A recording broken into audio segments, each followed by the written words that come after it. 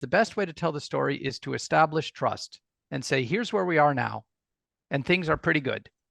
And then you say, oops, but something bad is about to happen, or something bad has just happened. And that can be a very powerful bonding moment. And so you evoke fear. It's very powerful. There's no doubt about it. But then you don't want to end on a bad note. So that you say, but wait a minute, at the end of that fear, there is hope. If we get past this problem, life will be beautiful. Our things will be solved. The fires will be out. We'll be better friends. And now many people think, okay, so let me introduce my concept or my product at this point. Like, how do I evoke hope? Nope, it doesn't work that way. What you have to do is, sadly, you have to pull the rug out from underneath the feet and say, but guess what? That is not going to happen. That hope that we saw, not going to get there. You know why? Because we don't know how. Because whatever we've been doing up to this point will not work this time. This problem is bigger than any we've ever seen before. It's more threatening, and doing what we've normally done to solve the problem will not work. And at that moment, it's recognizing that we are not alone and there is a way out, that we begin to say, I remember what hope looked like.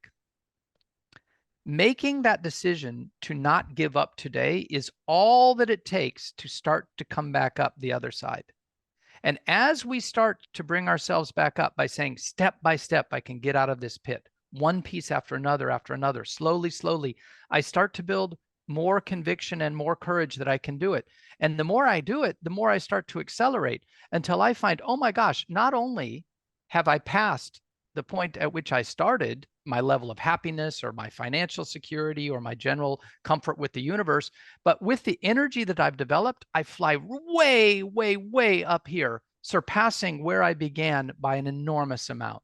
And then guess what? At the end of this, this is where the real long win takes place, which more often than not is saying, what is the lesson that I learned down here, and sharing it back to someone else. And that is the true hero's journey. Now, how does this work to your question? I seek to tell every business story, every pitch, whether it's for money or whether it's for mind share or whether it's to try to convince someone that they should exercise more. I tell the story like this. There are other ways to tell the story, Andrea, but if you tell your story, and this could be any presentation that you have to give, if you tell it following this outline, you are guaranteed that your audience will be pleased by the story.